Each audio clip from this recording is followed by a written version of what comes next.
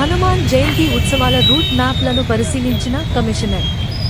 త్వరలో జరగనున్న హనుమాన్ జయంతి ఉత్సవాల సందర్భంగా ఎటువంటి శాంతి భద్రతల సమస్యలు తలెత్తకుండా కట్టుదిట్టమైన భద్రతా చర్యలు తీసుకోవాలని రాచకొండ కమిషనర్ శ్రీ సుధీర్ బాబు ఐపీఎస్ అధికారులను ఆదేశించారు.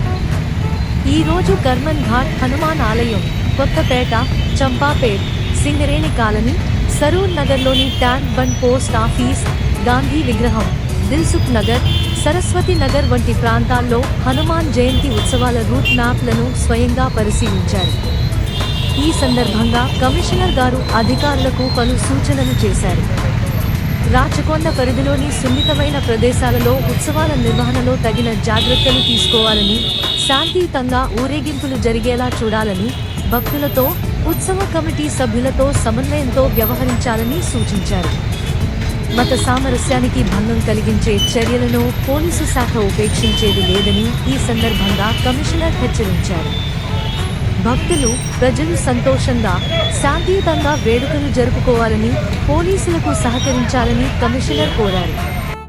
ఈ సందర్భంగా కమిషనర్ గారి వెంట LB Nagar DCP Praveen Kumar IPS, DCP special branch G Narasimha Reddy, DCP traffic Srinivasulu మరియు ఇతర